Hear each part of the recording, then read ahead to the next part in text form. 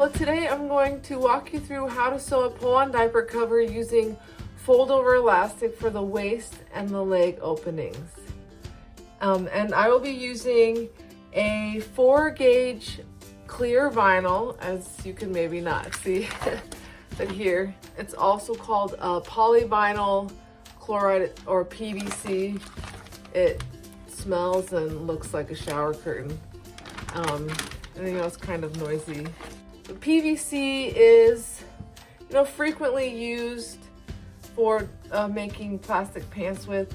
One thing to keep in mind if you do decide to get some of this fabric is you can kind of see there's some creases here. You want to store your vinyl fabrics rolled up, and that will prevent these creases from happening because you can't iron. Obviously, you can't iron this. So let's get started sewing. So we're gonna need I have my 1-inch fold over elastic here. I've got my clips.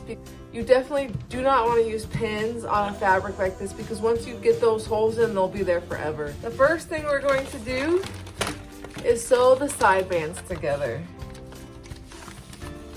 So I'm gonna kind of line up my edges here and use my clips. So now I'm just gonna sew. I'm gonna use a fairly long stitch length. Find the balance between not putting as few holes as possible, but still getting a secure stitch. So I'm going to sew this using a length of 3 stitch. So let's go ahead and do that. All right, so here we have it. You can see the seam line. It feels pretty secure. So the next thing we're going to do is set this aside for a minute, and we're going to get our fold over elastic. I got my 2 shorter bits for the legs, and I've got my long piece for the waistband. So the first thing we're going to do is sew each of these into a circle. So I'm just going to stitch right across there to create a circle out of each of these. All right, we got our circles here. So now what we're going to do is we are going to clip the corners of these here. And this is just so when you fold it down like this, you're gonna get a nice fold and those edges aren't gonna stick out above the top of the fold over elastic. The next thing we're gonna do is we're gonna mark our elastic into quarters.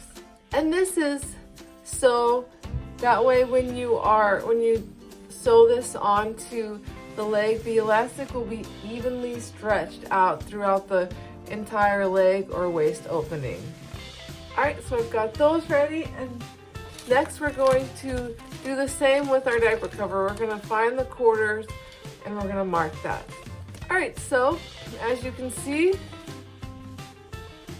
I've got these marked, and so now we're going to take our elastic and we're gonna basically match up our quarter markings. All right, so there we have the legs, and then you'll do the same for the waist.